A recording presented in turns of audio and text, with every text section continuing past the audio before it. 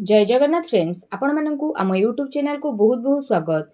जदि कहिबा आउ मात्र 2 दिन परे आपणक भाग्य रे अचानक परिवर्तन देखिबाकू मिलिबो।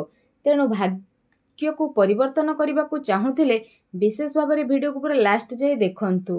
शुभ फल आपणकू निहाती मिलिबो। जहा पई जदि कहिबा कोन सब आपणकू लाभ मिलिबो, ग्रहंकर बक्री अवस्था, ग्रहंकर स्थिति कौन रहुची एवं आपणकर प्रथम भागरे शनि विराजित, चतुर्थ बृहस्पति, पंचम सूर्य सहित बुध रोचंती, जहा सहित विशेष भाव में जदि कहिबा षष्ठ घरे आपणकर केतु विराजित अछंती, मंगल सप्तम रहिछंती, तो द्वादश भागरे राहु विराजित करिछंती। तो ग्रह मानकर एपरी स्थिति जदि आमे कहिबा तो आपणक जीवन में कौन सब नुआ परिवर्तन नहीं आसुची, कौन खुशी आपणक जीवन में आसीबो आगामी 2 दिन में निश्चिंत भाव में आमे जानिबा। ए वीडियो रे बहुत किछि जानिबा। विशेष भाव में जदि कहिबा ए 2 दिन स्थिति रे ए केतोटी दिन रे आपणकर स्थिति रे महापरिवर्तन आसीबो। तेणु वीडियो को पूरा लास्ट पर्यंत देखंतु। जदि कहिबा ग्रहराज शनि द्वारा विशेष भाव में आपणक जीवन में बहुत बड़ परिवर्तन आसीबो। आपणक जीवन में यूटर्न आसीबो। शनि बक्री अवस्था रे रहिबे तो स्थिति रे परिवर्तन मध्ये देखिबा पई मिलिबो। तो 5टी दिगरु आपणको विशेष भाव में लाभ देखिबाकू मिलिबो। 3टी क्षेत्र में सावधान मध्ये आपणको रहिबाकू पड़िबो। आसंतु जानिबा 2 दिन स्थिति किपरि रहिबो। तेणु वीडियो को पूरा लास्ट जाए देखंतु। वीडियो भल लागिथिले कमेंट बॉक्स रे जय शनिदेव बोली अवश्य लिखंतु। वीडियो को लाइक शेयर कमेंट करंतु। सर्वप्रथमे आपणको पई कहिबा बंधु मिलनर जोग मध्ये रहिबो, जहा कि नूतन बंधु आपणको मिलिबो, जहा फल रे आपण से सब को नै लाभ उठेबे। ता सहित अतीत रे किछि बंधु, अतीत रे किछि मित्र जे आपणकोठु दूरेई जाइथिले तो सेमानक सहित आपणकर किछि शत्रुता, किछि आपणकर वाद विवाद होइथिला तो पुनर्बार जोड़ी मध्ये होई पारंती। आगो को आपणकर बंधु मिलनर प्रबल जोग बनुची। निश्चिंत भाव में बहु दिन देखि नथिबा बंधु को देखिबे और तांको द्वारा उपकृत मध्ये होई परिबे और तांको द्वारा किछि ज्ञान जहा आपणको जीवन में बड़ परिवर्तन आनिबो। तो निश्चिंत भाव में एक कथाटी को मन रखंतु। विशेष रूप से जदि कहिबा ए सप्ताह मध्य निश्चिंत भाव में अर्थर प्रबल संभावना रही। शनिदेव जेहेतु बक्री अवस्था रही, जहाँकि आपणको पई विशेष भाव में स्थिति रे परिवर्तन आसीबो। एहा सहित विशेष रूप से जदि कहिबा आपणको धन लाभर संकेत मिलुची। ता सहित आपणको ऑनलाइन तरफरु मध्ये कोनोसी भल सूचना मिली पारे।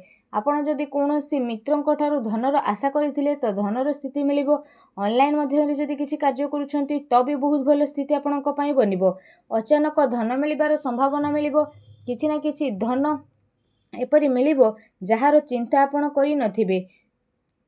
जदि आपण अर्थ लाभ पई कोनोसी कार्य रे हाथ देउछंती, कोनोसी कार्य को आगो को बढ़ाइबा पई चेष्टा करूछंती तो भी करंतु। कोनोसी क्षेत्र रे निश्चिंत भाव में धन मिलिबार विशेष रूप से संभावना मिलिछि।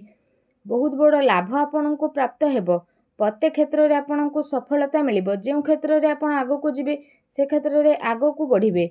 जो भी प्रतियोगिता रे भाग नेबे, जहा भी करिवे सेथिरे आपनको सफलता ही सफलता मिलिबो।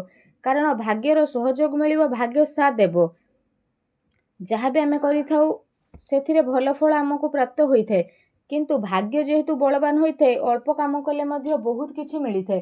तेणु भाग्य तो जानी थाए काहाकू कोन मिलिबा, आमे तो खाली परिश्रम करिथाउ। ग्रहंकर परिवर्तन जोगु एबे भाग्य रे महापरिवर्तन हेबाकू जाउछंती।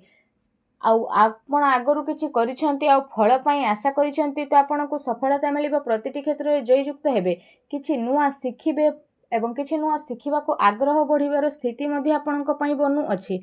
आपण कोनोसी भी शुभ कार्य ए टाइम रे आरंभ करंतु, देखिबे आपणको निश्चिंत रूप से लाभ ही लाभ देखिबाकू मिलिबो। एहा सहित आपणको आय रे वृद्धि घटिबो। जे कोनोसी क्षेत्र हो, कर्म क्षेत्र हो तो किछि एक्स्ट्रा इनकम मध्ये आपणकर होई पारे। आयर वृद्धि मध्ये हेबो विशेष भाव में।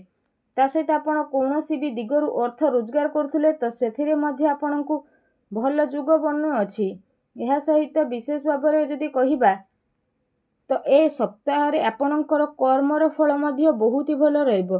कर्मर स्थिति रे भल जोग मध्ये बनु अछि, जहा कि जे कोनोसी कार्य आपण करंतु ना काहेकि तो आपणको पई स्थिति बहुत ही भल रहिबो। किछि बाधा आपणको मिलुथिला तो बाधा रे परिवर्तन आसीबो। तो विशेष रूप से जदि आमे कहिबा स्थिति बहुत भल रहिबो। भल सुखी रहिबे। प्रत्येक क्षेत्र रे जहा भी आपण करूछंती, छोट काम करंतु, बड़ काम करंतु, जहा भी करंतु, ତ ଆପଣ ସେଥିରେ ଖୁସି ଅନୁଭବ କରିବେ। ଅନ୍ତରର ଖୁସି ଆପଣଙ୍କ ପାଇଁ ବୃଦ୍ଧି ପାଇବ, ଯାହା ଆପଣଙ୍କ ଆନନ୍ଦର ସୀମାକୁ ବଢ଼େଇ ଦେବ।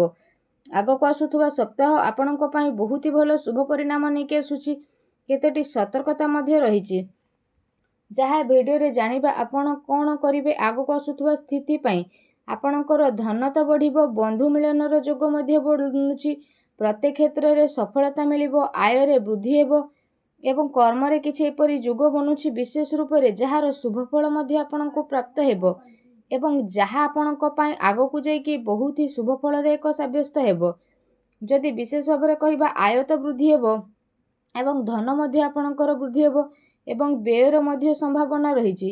କିଛି ଏହିପରି ଆପଣଙ୍କୁ ହଠାତ୍ କାମ ଆସିପାରେ, ହଠାତ୍ କାହାକୁ କିଛି ସାହାଯ୍ୟ ସହଯୋଗ କରିବାକୁ ପଡ଼ିପାରେ କିମ୍ବା ମେଡ଼ିକାଲର ଚକ୍କର ମଧ୍ୟ କାହା ପାଇଁ ଆପଣ କରିପାରନ୍ତି ଆଉ କାହା ପାଇଁ ଖର୍ଚ୍ଚ ମଧ୍ୟ କରିପାରନ୍ତି, କାରଣ ବ୍ୟୟର ଯୋଗ ମଧ୍ୟ ଆପଣଙ୍କ ପାଇଁ ବିଶେଷ ରୂପରେ ବନୁଛି।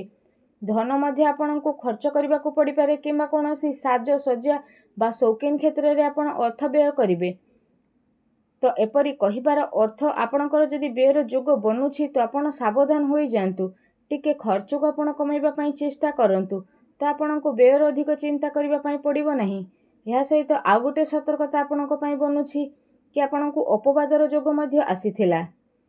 ତ ଆପଣ ବିଶେଷ ରୂପରେ ଧ୍ୟାନ ଦିଅନ୍ତୁ କି କୁସଙ୍ଗ, ଖରାପ ମିତ୍ର, କୌଣସି ନିଶାଦ୍ରବ୍ୟର ସେବନ, ଖରାପ କାର୍ଯ୍ୟରୁ ଆପଣ ବିଶେଷ ଭାବରେ ଦୂରେଇକି ରୁହନ୍ତୁ, କାରଣ ଆପଣଙ୍କର ବହୁତ ବଡ଼ ସ୍ଥିତି ବନିବ, ଯାହାଦ୍ୱାରା ଆପଣ ଆଗକୁ ମଧ୍ୟ ବଢ଼ିବେ।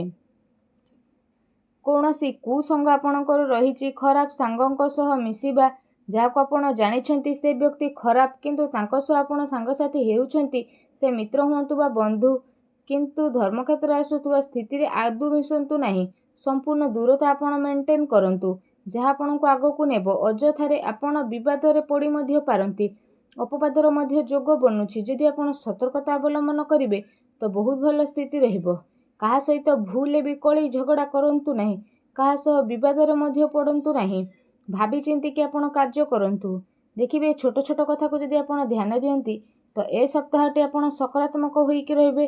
ଆଉ କିଛି ନା କିଛି ସ୍ଥିତିରେ ଆପଣଙ୍କୁ ସକ୍ସେସ୍, ଅର୍ଥ ଲାଭ ଏବଂ ବନ୍ଧୁ ମିଳନ ମଧ୍ୟ ହୋଇଯିବ। ଯାହା ଚାହିଁବେ ସେ ସବୁ ମଧ୍ୟ ଆପଣ ପ୍ରାପ୍ତ କରିପାରିବେ। ଆଉ ସକାରାତ୍ମକ ରୁହନ୍ତୁ, ଭଲ ବ୍ୟକ୍ତିଙ୍କ ସହ ମଧ୍ୟ ଆପଣ ମିଶନ୍ତୁ। ଏହା ସହ ଜୀବନରେ କିଛି ନୂଆ କରିବା ପାଇଁ ମଧ୍ୟ ଆପଣ ଚେଷ୍ଟା କରନ୍ତୁ ଏବଂ ସକାରାତ୍ମକ ରୁହନ୍ତୁ ଏବଂ କିଛି ପରିବର୍ତ୍ତନ ନିଜ ଜୀବନରେ ଆଣନ୍ତୁ। ଦେଖିବେ ଆପଣଙ୍କ ଜୀବନରେ ନିଶ୍ଚିନ୍ତ ରୂପରେ ବହୁତ ହି ଚମତ୍କାର ପରିବର୍ତ୍ତନ ଆଣି ଆସିବ। ଯାହା ଆପଣଙ୍କ ଜୀବନରେ ଆସିନଥିଲା ଏବେ ସେ ସବୁ ଆପଣଙ୍କ ଜୀବନରେ ଆସି ମଧ୍ୟ ଯିବ ଓ ନିଶ୍ଚିନ୍ତ ପ୍ରତ୍ୟେକ ଭାବରେ ଆପଣ ଲାଭ ଉଠିପାରିବେ। ତା ସହିତ ଶନି ଯେହେତୁ ବକ୍ରି ଅବସ୍ଥାରେ ଅଛନ୍ତି ତ ପ୍ରତ୍ୟେକ କ୍ଷେତ୍ରରେ ଲାଭ ହିଁ ଲାଭ ଆପଣଙ୍କୁ ଦେଖିବାକୁ ମିଳିବ। ତ ସଦାସର୍ବଦା ଭଲ ଦିଗରେ ଚାଲନ୍ତୁ, ଠିକ୍ ଚାଲନ୍ତୁ। ଆଉ ଯେମିତି ଆପଣ ଜାଣିଛନ୍ତି ଆପଣଙ୍କର ସ୍ୱାମୀ ଶନିଦେବ, ତ ଶନିଦେବ ଭଲ ଫଳ ପ୍ରଦାନ କରିଥାନ୍ତି ତ କେବେ ଭଲ ଫଳ ପ୍ରଦାନ କରିଥାନ୍ତି। ତେଣୁ ସାବଧାନ ପୂର୍ବକ ଆପଣ କାମ କରିବା ପାଇଁ ଚେଷ୍ଟା କରନ୍ତୁ, ନଚେତ୍ ବହୁତ ବଡ଼ ପରିବର୍ତ୍ତନ ଆପଣଙ୍କ ଲାଇଫରେ ବିଶେଷ ଭାବରେ ଦେଖିବା ପାଇଁ ମିଳିବ। ରାଶିର ସ୍ୱାମୀ ଯେହେତୁ ସିଏ, ତ ଆପଣଙ୍କୁ ବଡ଼ ପରିବର୍ତ୍ତନ ଦେଖିବା ପାଇଁ ମିଳିବ। ତ ଆସୁଥିବା ସପ୍ତାହରେ ଆପଣଙ୍କ ଜୀବନରେ ନିହାତି ଭାବରେ ଦେଖିବା ପାଇଁ ମିଳିବ। ବିଶେଷ ରୂପରେ ଏ କଥାକୁ ଧ୍ୟାନ ଦିଅନ୍ତୁ ଏବଂ ଆଗାମୀ ଜୀବନ ପାଇଁ କିଛି ସତର୍କତା ଅବଲମ୍ବନ କରନ୍ତୁ। ଭିଡ଼ିଓଟି ଭଲ ଲାଗିଥିଲେ ଭିଡ଼ିଓଟିକୁ ଲାଇକ୍ କରନ୍ତୁ ଓ କମେଣ୍ଟ ବକ୍ସରେ ଜୟ ଶନିଦେବ ବୋଲି ଅବଶ୍ୟ ଲେଖନ୍ତୁ। ଧନ୍ୟବାଦ।